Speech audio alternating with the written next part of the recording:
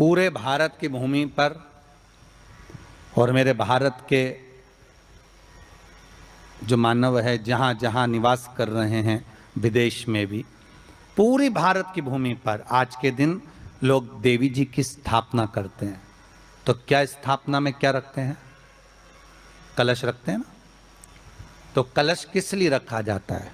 कलश का क्रम क्या है? अपन ने अभी तक कथाओं में बहुत सुना, शिव महापुराण में, कि दिए का महत्व क्या है। अपन ने सुना दही का महत्व क्या है, जल का महत्व क्या है।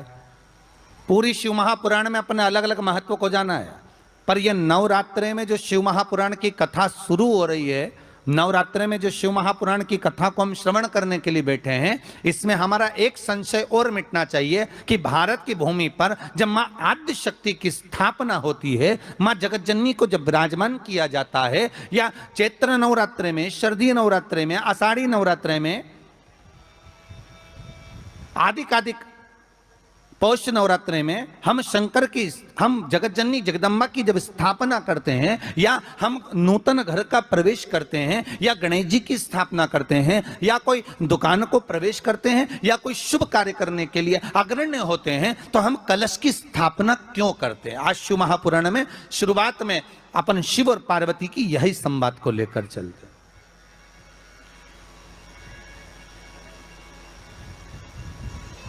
आखिर कलश में ऐसा क्या है? कलश के अंदर आखिर ऐसा क्या विराजमान है कि 33 कोटि देवता उस कलश के अंदर आकर बैठ जाते हैं? महाराज,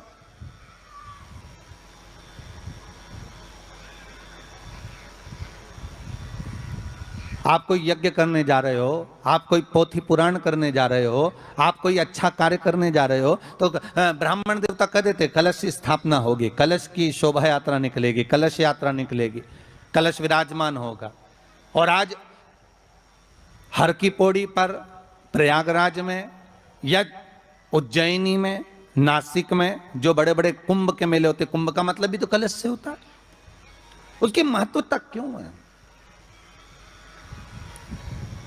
उस कुंभ की, उस घड़े की महत्वता कहां से प्रकट हो गई? शिव महापुराण की कथा कहती है महाराज, भगवान ओघड़दानी शंकर स्वयं आद्य शक्ति जगदम्बा से कहते हैं कि जगदम्बा तू क्या चाहती है बोल। तो जगत जननी जगदम्बा कहती है कि जहां मैं हूं वहां शंकर है। ये आपने कह दिया, पर जहां शंकर है वहां पार्वती का होना जरूरी है। उसके लिए सिद्ध करने के लिए एक स्थान ऐसा बनाया जाए जहां पर शंकर विराजमान है और शंकर के साथ पार्वती विराजमान है। तो शिव जी ने कहा, पार्वती, उसके लिए मैं तुझे एक सुंदर कलश का निर्माण कर देता हूं। दुनिया का रचनाकार, दुनिया की रचना करने वाले महाराज, संपूर्ण ब्रह्मांड की रचना करने वाले, जिनको भगवान शिव ने स्वयं ब्रह्मदेव से कहा है कि ब्रह्मा जी तुम सृष्टि खंड को आगे बढ़ाइए, सृष्टि की रचना करिए। और आज ही के दिन, यही चैत्रीय प्रतिपदा के दिन, यही इसको कहते हैं नया संवत्सर, नया वर्ष। हिंदू धर्म में क्यों कहा जाता है? आज ही के दिन ब्रह्मा जी ने महाराज सृष्टि की रचना करना प्रारंभ करा था। आज ही के दिन भगवान शिव और ब्रह्मा का संवाद हुआ था। सीधे भगवान शंकर ब्रह्मदेव के पास जाकर बोले थे, हे ब्रह्मदेव, आप सृष्टि की रचना करिए। तो ब्रह्मा जी ने पूछा था, सारे नक्षत्र आपने बनाए, सारे दिन आपने बनाए, सारी घड़ियां आपने बनाई, सारा पल आपने बनाया, मनुष्य की श्वास गिनती, काउंटिंग, अर्थात मनुष्य के शरीर की रोमावली, ये सब आपने निश्चित करी है। मनुष्य की कितनी धड़कन चलेगी, कितनी श्वास चलेगी? 21,600 श्वास जो मानव के शरीर से प्रतिदिन निकल रही है। 3.5 करोड़ रोम छिद्र जो मनुष्य के शरीर में बने हुए हैं, ये संपूर्ण बनाने वाले आप हो। एक एक घड़ी, एक एक पल, एक एक नक्षत्र, एक एक समय बनाने वाले आप हो। हर श्वास को बनाने वाले आप हो। तो आपसे मुझे कहना है कि एक निर्माणकर्ता ब्रह्मदेव, आप ब्रह्मा जी कर रहे हैं, तो एक काम करो ना कि सृष्टि की रचना भी आप करो। भगवान ब्रह्मा ने शिव जी से कहा कि सृष्टि की रचना आप करिए।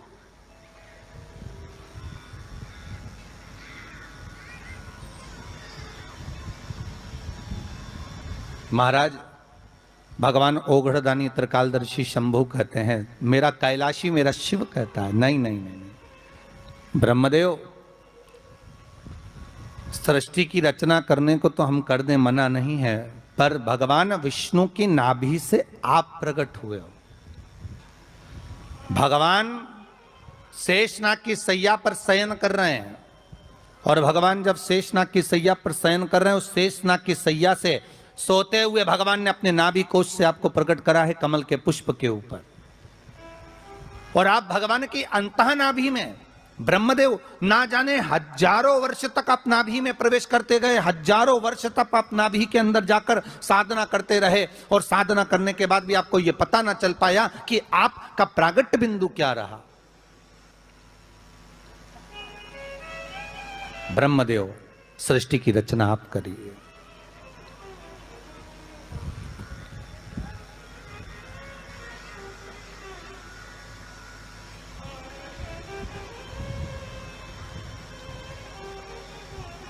ब्रह्मा जी कह रहे हैं, नाथ इस सारे ब्रह्मांड को रचना करना है, कर दूंगा, मना नहीं है, पर रचना करता भगवान ब्रह्मा जी कहते हैं कि मैं संसार को एकाग्रित करूं, उससे पहले 33 कोटि देवताओं को मुझे एकाग्रित करना है, और सारे 33 कोटि देवता एक जगह पर आकर विराजमान हो जाए, ऐसी कोई व्यवस्था करना है।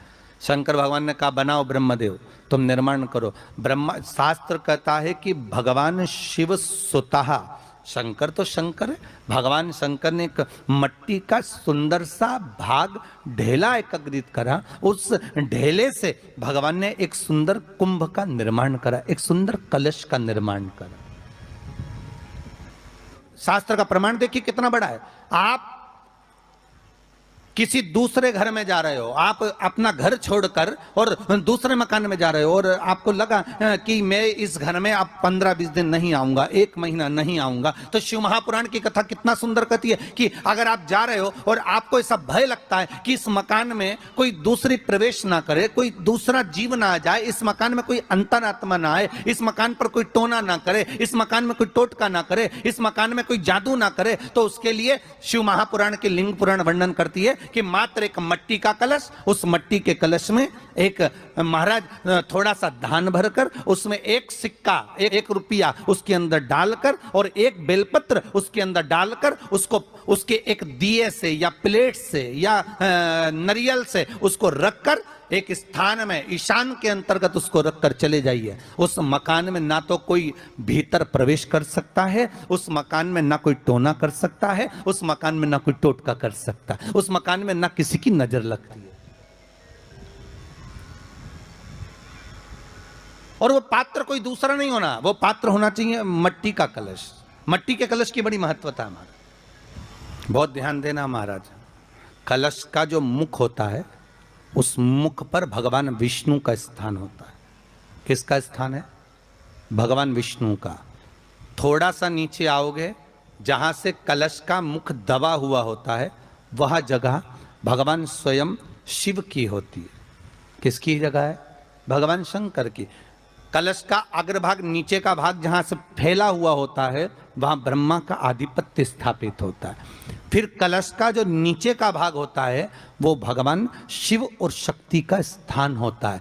कलश के बाहरी भाग में, जहां पर बाहर का हिस्सा होता है, उस कलश के बाहरी भाग में 33 कोटि देवताओं को भगवान शंकर ने लाकर विराजमान किया होता है। महाराज भगवान शंकर 33 कोटि देवताओं को निमंत्रण देकर उस कलश में विराजमान कर दिया।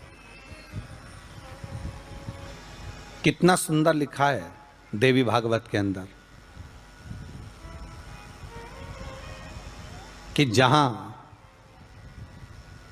कलश की स्थापना होती है, उस जगह पर किसी देवताओं को बुलाने की जरूरत नहीं होती। 33 कोटि देवता उस जगह पर स्वतः विराजमान हो जाते हैं। स्वयं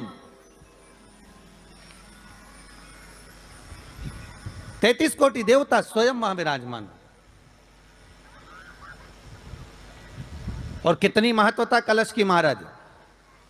आप लोगों से भी निवेदन है, क्षेत्रीय प्रतिपदा है आज, जिनके घर में ज़्यादा रोग हो, बीमारी हो, ज़्यादा तकलीफें आ रही हों, कष्ट बढ़ रहा हो, बीमारियां बढ़ रही हों, या भय लग रहा हो, डर लग रहा हो, हृदय चित्त में कहीं ना कहीं आपको भय का भान हो रहा हो, तो एक लोटा पानी, एक कलश में जल भर कर रख लीजिए और रात भर उसको रखे रहने दो। नवरात्र चल रहा है, उस कलश को रात भर रखकर सुबह सुबह उस कलश में एक बेलपत्र डालकर उस जल को नीम के पेड़ के नीचे, जहां चैत्री नवरात्रि में नीम के पेड़ के नीचे सारी विद्याएं, आद्य शक्तियां, सारी देवी उस नीम के पेड़ के नीचे विराजमान रहती हैं। उस कलश में एक बेलपत्र डालकर रात भर रखकर उस जल को पूरे घर में घुमाकर उस नीम के पेड़ के नीचे समर्पित कर दीजिए महाराज। घर में भय लगना बंद हो जाएगा, कोई बड़ी बीमारी आपको घेरेगी नहीं और उस बीमारी से, उस रोग से आप मुक्त रहेंगे। उस बीमारी से, उस रोग से आप मुक्त पाएंगे, वो बीमारी आपको घेर नहीं पाएगी। कलश का